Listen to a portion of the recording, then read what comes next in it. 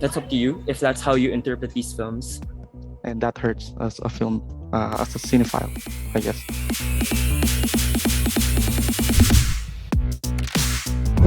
Flicktion is our new original series where we take the contentious topics of cinema and give you multiple angles to watch our participants have their hot takes collide.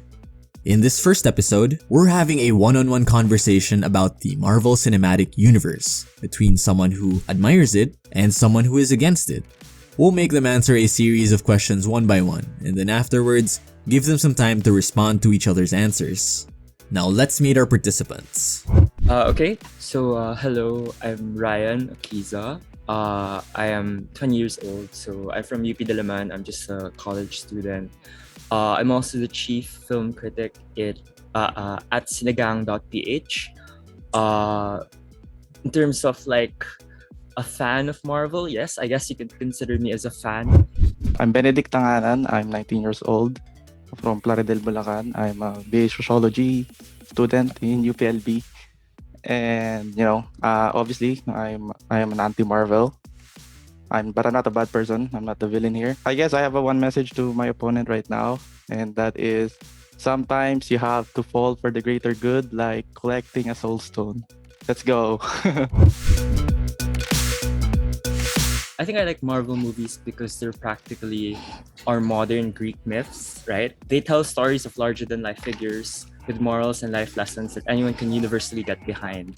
So these heroes have their flaws and their misgivings, but so did our classic heroes from the Greek myths of the past.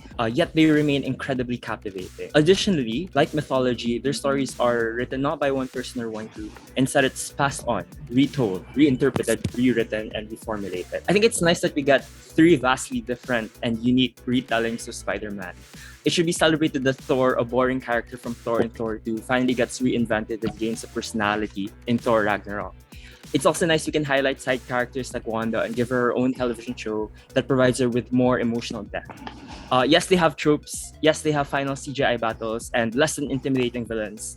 But then again, most of our Greek myths have always had very unique plot holes and unique tropes that are something that makes them special. Take away everything from Marvel and let's say everything else is bad about them. The one thing that you won't get wrong is the characterization of their heroes. They give time and attention to making you care for them. And it's almost like Marvel has their own Pixar rules of storytelling at this point. So seeing something again doesn't mean it's bad. I think it's more difficult to see something again yet garner a new appreciation for it. I think it's a testament to the creativity of Marvel, and I guess that's why I like them. I think the simple answer is that I think Marvel movies, most of them are formulated. They are designed to make or generate profit. They already have planned for the future. And I don't think this type of films embodies what cinema could actually do. They have all the money, they have all the resources. They don't have an excuse to actually do something more to the genre. But I feel like they're holding it back because Marvel characters are famous and many people really loves them, their unique personality into these characters. But every time we are seeing them in the film, they're just the same thing over and over again. And the story is just exhausting. There's this illusion of change that Tandy already said before. And I agree with Denis Villeneuve when he said that most of the Marvel movies are the copy-paste of each other's. And I also feel like when you're in the forefront of cinema right now, many people are following you. I feel like you have an obligation as an artist, as a studio, to do something more and embrace that power so you can inspire the next people and to empower also the filmmakers of their time. And but they're not doing that. They're doing the opposite. They're repressing this genre and putting it into the box where it's all about the brand and the story behind Edgar Wright on how Marvel get rid of this director. Where like he's on the first phase of Marvel with the Ant-Man. He's been working for it for like 10 years, and then after the second phase, they asked him that, we're going to write everything that you already written. And of course, Edgar Wright feels like, I'm just a director for hire now. And then, he explained what he feels about Marvel. And he said that Marvel doesn't want to make an Edgar Wright film, but they just want to make a Marvel movie. And that hurts as a cinephile, I guess. So firstly, I do agree. I love Denis Villeneuve as a director. I love Martin Scorsese as director. And I think all of their criticisms about Marvel is incredibly valid. I do think that I take issue with the idea that Marvel is formulative, or it's just, formulating the same movies over and over again. It's being copy and pasted. I think one, I think while there is some truth to that statement, I do think that Marvel has been making strides in terms of diversifying their stories. Shang-Chi is a martial arts movie, Ant-Man is a heist movie, Spider-Man is a of age movie, and Black Panther is about Afrofuturism and a lot of the very nuanced and unique ideas that are very grounded in real life issues. So I think that with regards to the way that Marvel's being formulated right now, I think they're making different ways of looking at the stories that can tend to feel similar. The thing is, it's not really just about the story that felt similar. You know, it's a visual style. The music score feels like similar. If you think of the classic music in the studio films like Star Wars, Jaws, all of these films are also studio, but you cannot really remember any Avengers iconic music score, and there's a reason for that. And now, and with what you're saying about diversity and all, I think it's also in a way, it's an illusion where like you can talk about Black culture, you can talk about Western culture, Chinese culture, but it's all in a perspective of a Western company. So yeah, I think they glamorize China in Shang-Chi, and in Black Panther they barely talk about Black people, and they keep on using that to gaslight and manipulate the audience, saying that if you don't enjoy this film, you're a racist. If you don't enjoy Captain Marvel, you're a sexist.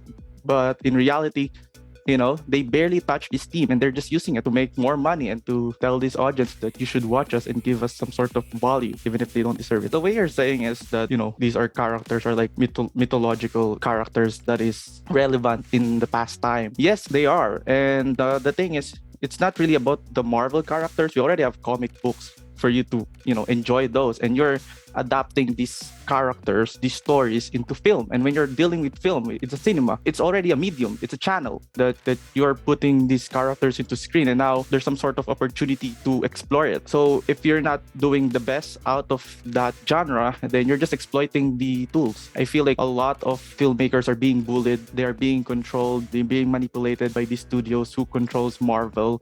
So yeah, I cannot see that they are doing enough, because they could do more than what they're showing right now. I think in terms of the way that Marvel is being perceived as being tokenistic, I guess, how it glamorizes China, how it doesn't really talk about these issues. I still do think that, one, that's up to you if that's how you interpret these films. But secondly, I think that for a lot of people, for children who grew up watching superheroes and it being dominated by white men, or like just men in general, right? Just the idea of seeing these characters who look like you, who have the same culture as you, like, I think that's a strong identifying factor that people can latch onto when they see Marvel films. And I think that's something that's powerful about Marvel's obligation as well as the biggest franchise now. In the Doctor Strange film upcoming right now, they're going to cast a queer character in America Chavez, right? And even in Eternals, we had a queer character as well. And I feel like these sorts of progressive ideals, you can be cynical about them, but I think that it's a very tangible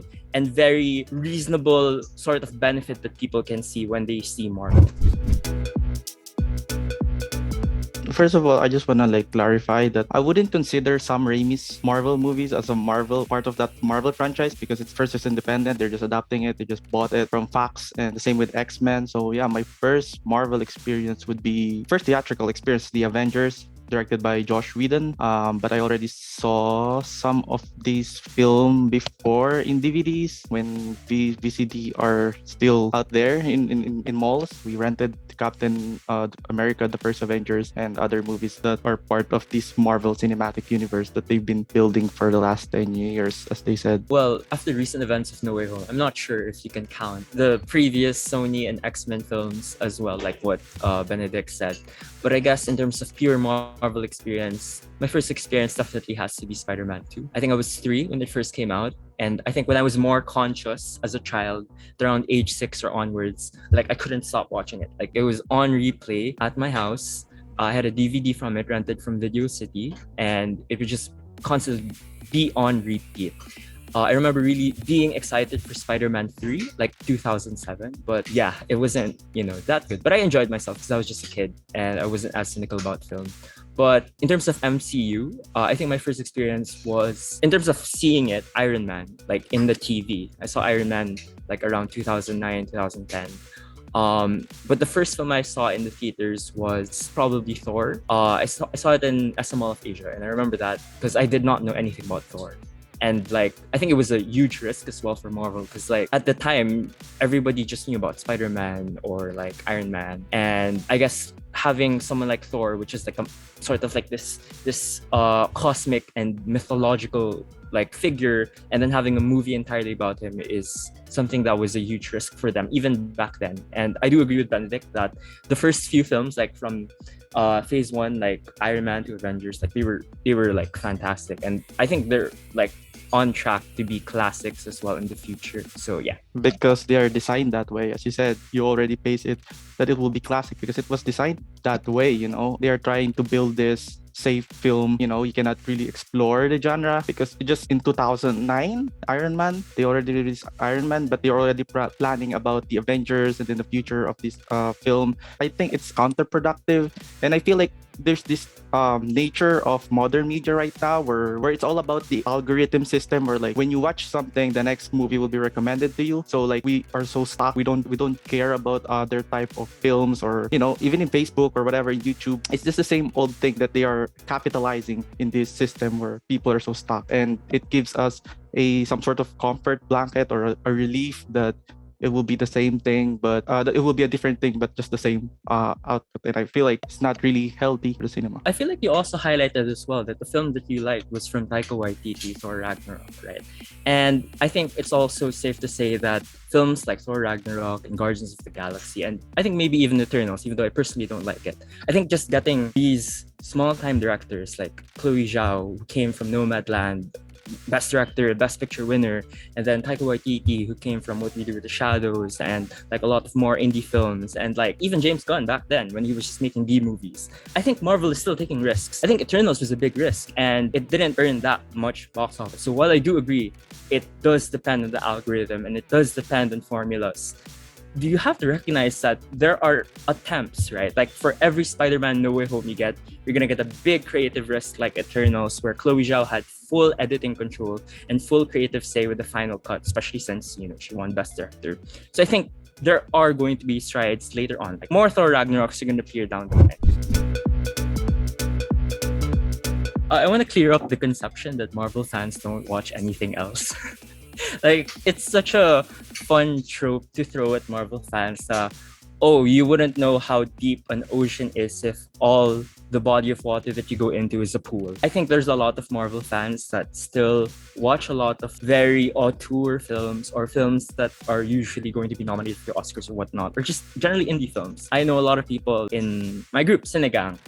It's like a film publication for young film critics and whatnot. And we both like to talk about the latest Sundance film or like the latest Toronto Film Festival film or whatever. But at the same time, we still regularly discuss the latest Marvel television show or like the latest release, and we do tend to not like it. It really deserves to be not liked. So that's another misconception, that we like all Marvel films. No, I absolutely hate Thor 2.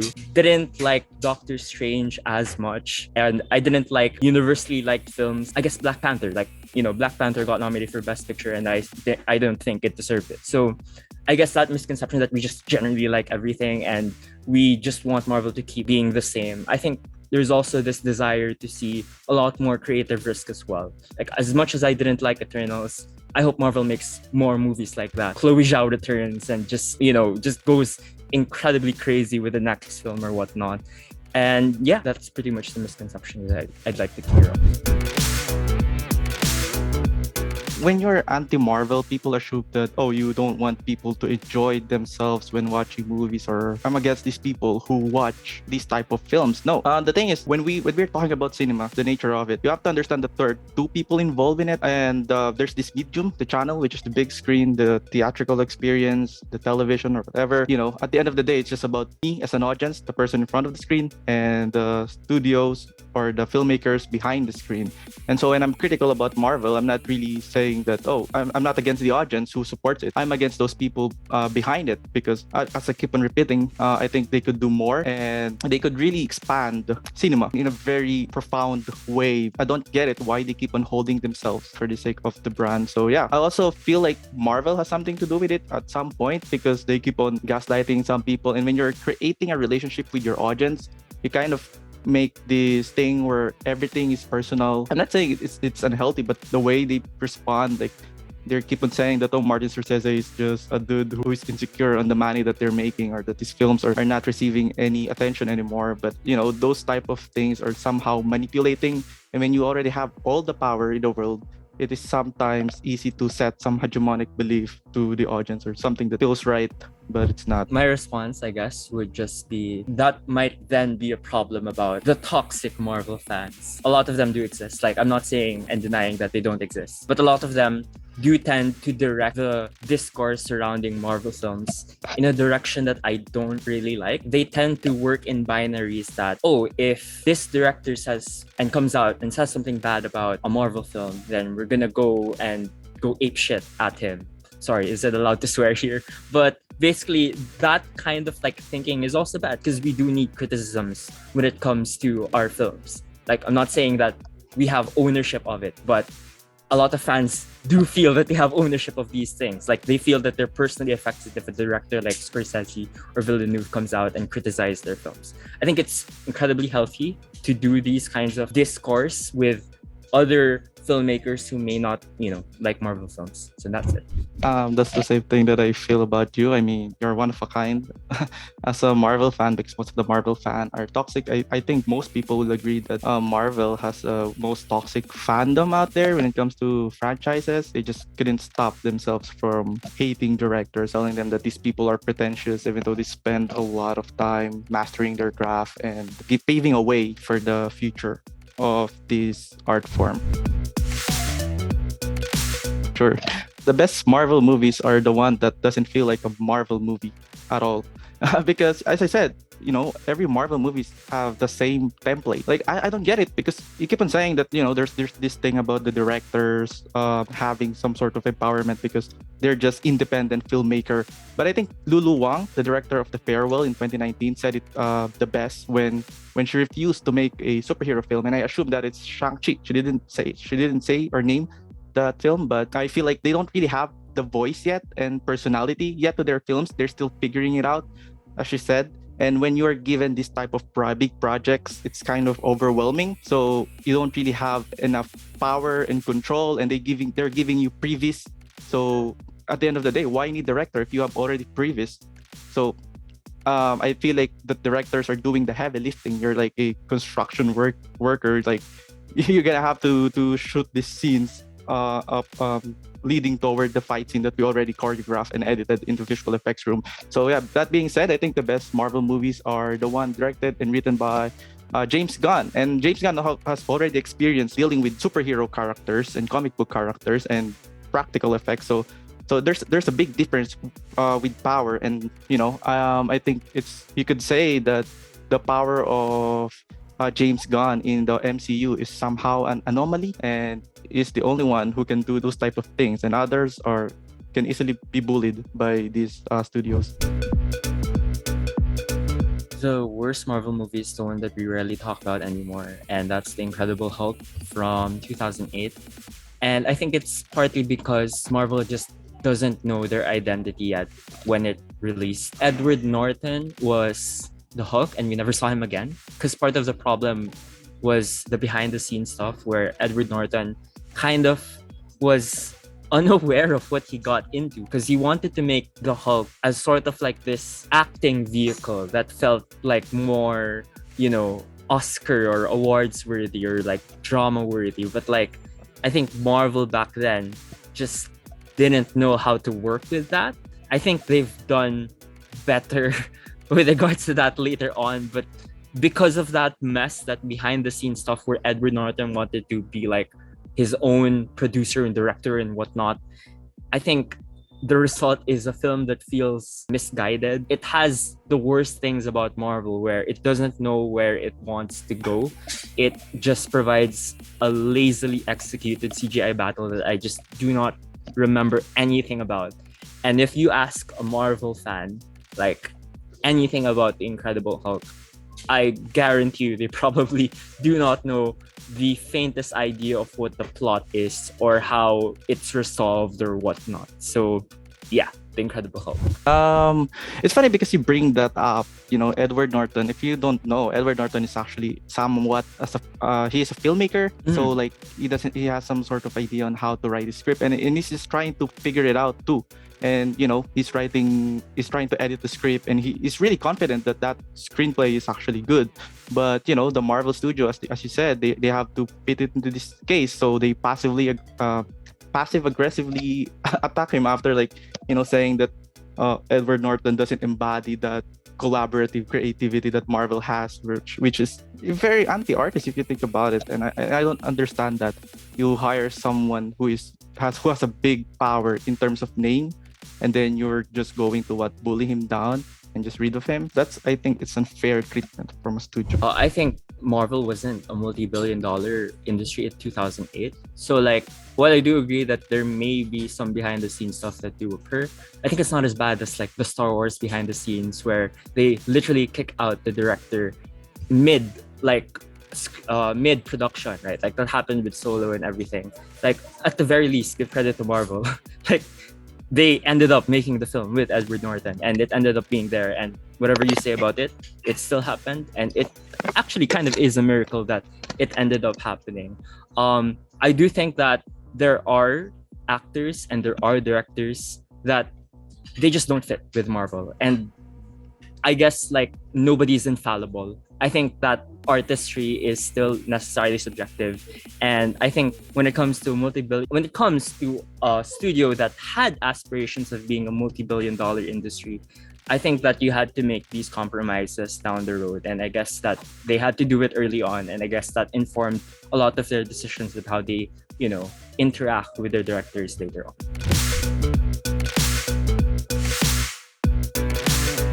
I think two things. One, it made being a nerd cool. In the past, being a nerd usually gets you bullied, but now being a nerd makes you the person that a lot of your friends will ask you about. Oh, what's gonna happen in the next Marvel movie? Oh, what did that post-credit scene mean, or something like that? So everybody knows who these characters are. So that's the first thing. The second thing is it sort of made a lot of copycats, and a lot of them are incredibly unsuccessful. So elephant in the room, the DC cinematic universe is not as successful as the Marvel universe. And while there are great films, it isn't as stable connective wise. So is that even a thing? But just the way you connect these films and the way how they're consistent and everything, it really isn't there. They had to reboot Suicide Squad. They had to retool, and have another Justice League. I feel that while Marvel can be controlling as a studio, I think you have to give credit where credit is due, that they're able to manage a 10+ year creative endeavor and have it be consistent with only a few black holes in their portfolio. And I guess when it comes to the landscape then of how you had the DC universe, you had the Dark Universe where, the old Universal monsters were going to, connect and everything. Everybody just wanted to connect. Even M. Night Shyamalan, right?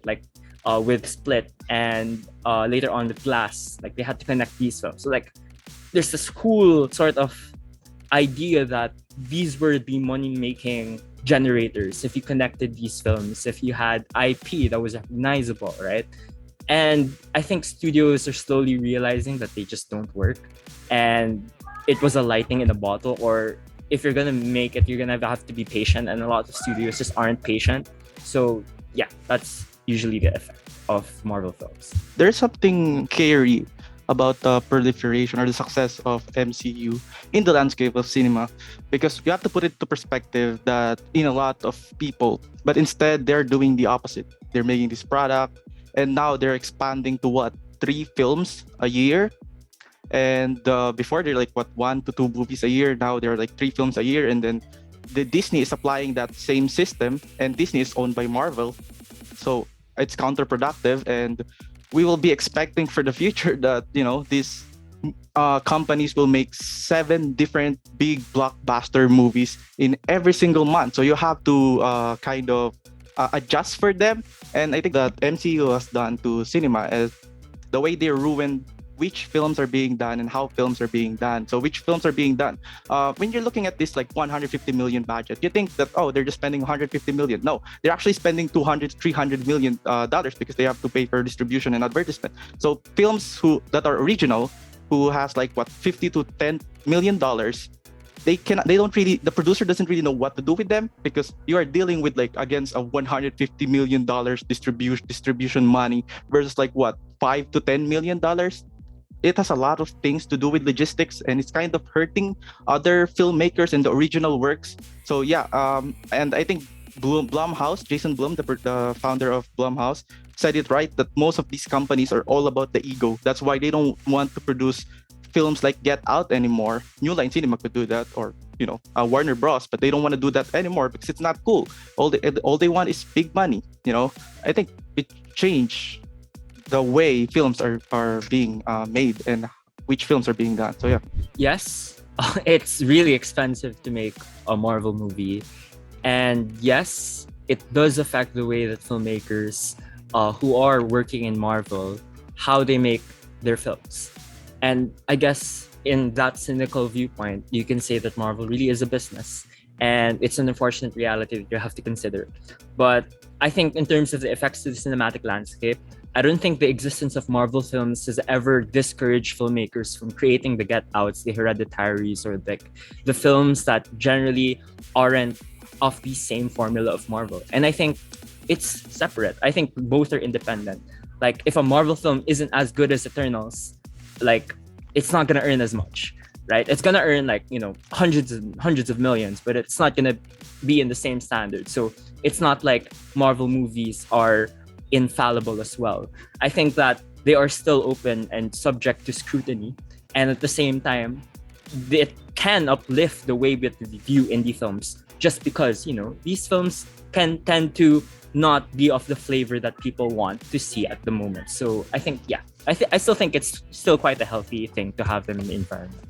I actually disagree, because it's making films like Hereditary or those original films that you just said difficult. They're giving this filmmaker a hard time to really be out there. The shelf life of a film in theater right now, because of Marvel, has been shortened. Marvel movie encourage geek.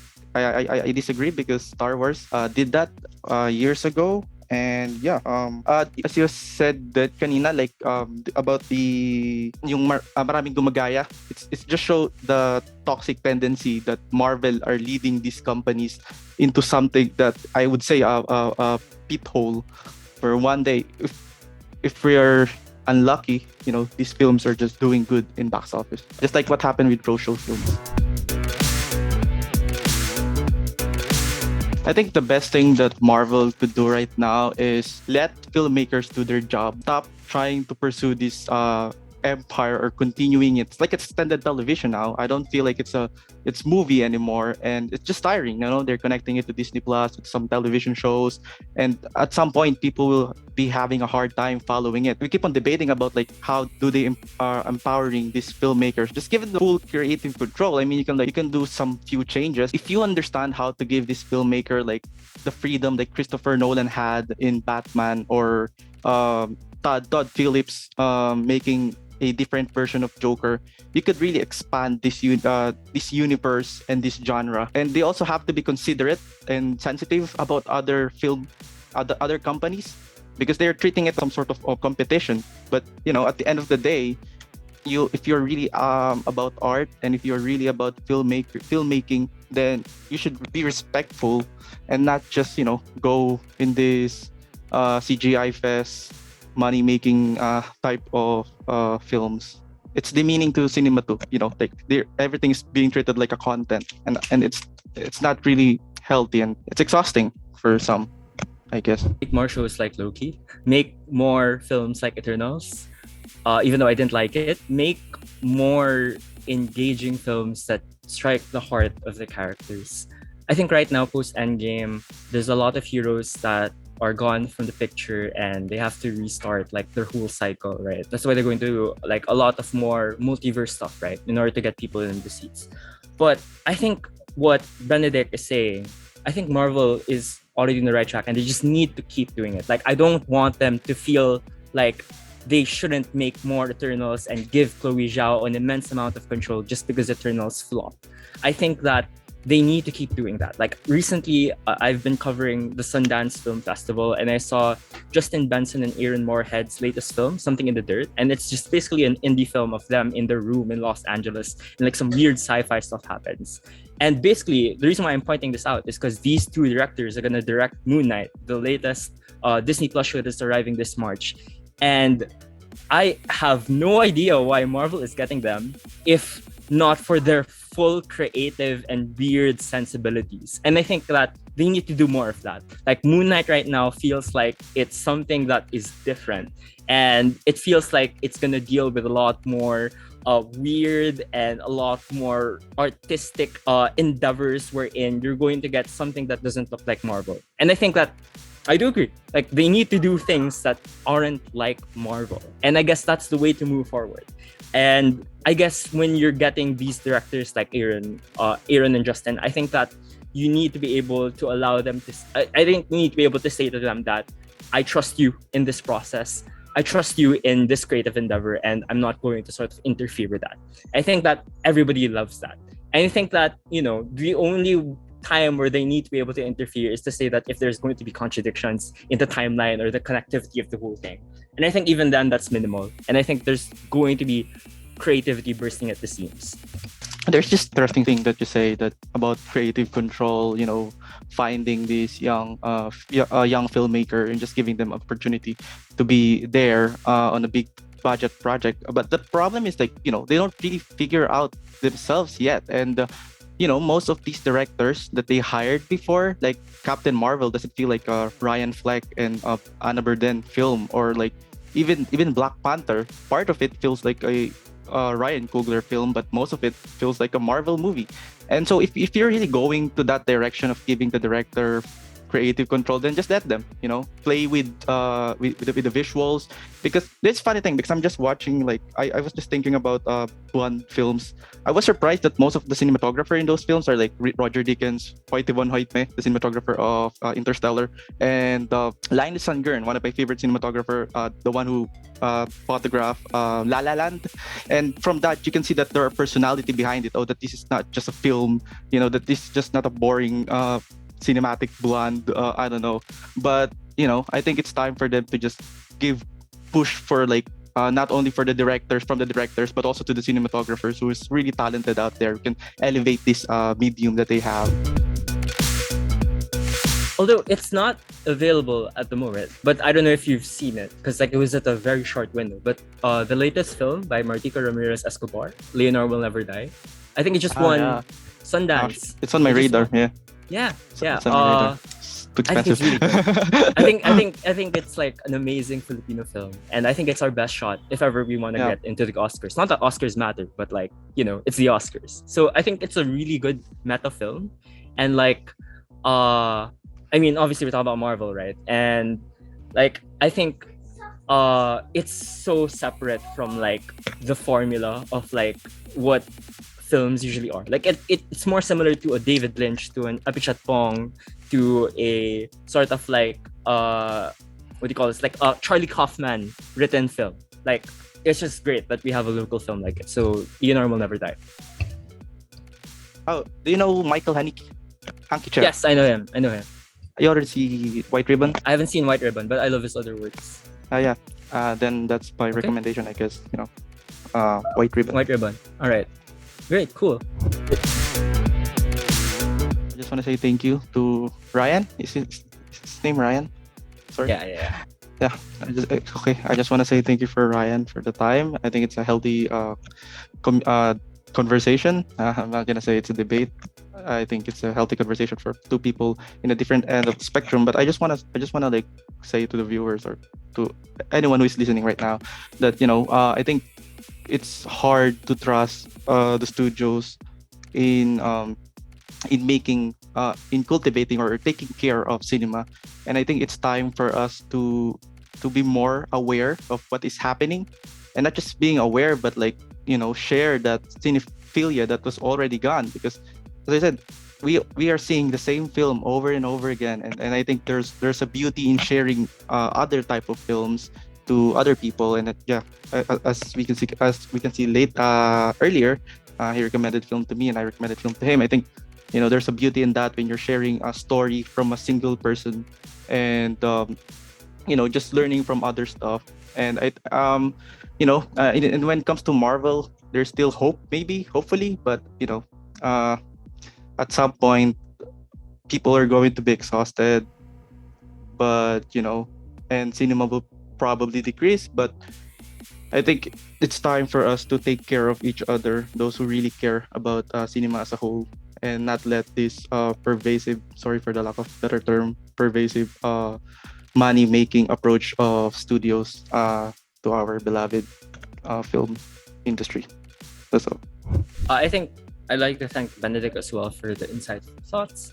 I think everything in this debate was incredibly valid. Like, I think a lot of the ideas, the thoughts, and opinions are incredibly well based on facts. Like, I think that a lot of them have a lot of validity, especially because Marvel is this big now. And I think that by being big, it also comes with a lot of pitfalls. But I think that, being this big also means that the audience has responded to you and they were willing to throw money at you. So I think that because of that, I think it's nice that we get to have those experiences when you watch the End Games and the No Way Homes, when we're just cheering and rioting and being hula-baloos and whatnot. But I think in the moments where you do celebrate and you do like these films for what they are, I think it's also nice to step back and what Benedict said, to really look at why these films are the way they are, how they're made, what is the artistry that goes into it, if there are. And personally, I think there is artistry, but for some people, it's also valid to interpret that the artistry is a bit lacking. But I think that at the end of the day, it's important to have this discourse and not be toxic. Let's not be the same toxic figures as the toxic businessmen and the toxic people who are controlling the strings when it comes to how the artistry should be done. Because I think the way that art is formulated is incredibly subjective once again. And I think in the same way that we do appreciate our Greek myths despite their tropes, despite their flaws, despite their plot holes. There's a reason why we love Hercules. There's a reason why the Iliad is a classic. There's a reason why we still like Zeus, even though he's an imperfect father and whatnot, etc., etc. And I guess the same is probably true for Marvel films and their heroes. At its core, they have heart, and we can like them, we cannot like them. We can not separate the money-making aspect of it all from their characters, but at the end of the day, I think that people can have subjective experiences with these films, and all of them are incredibly valid. If you enjoy them, that's fine.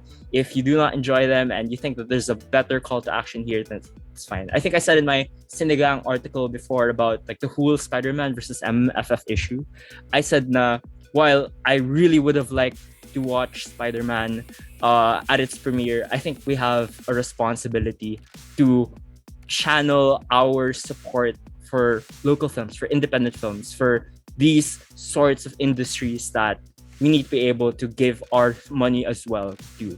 So yeah, that's just it. Sinigang.ph.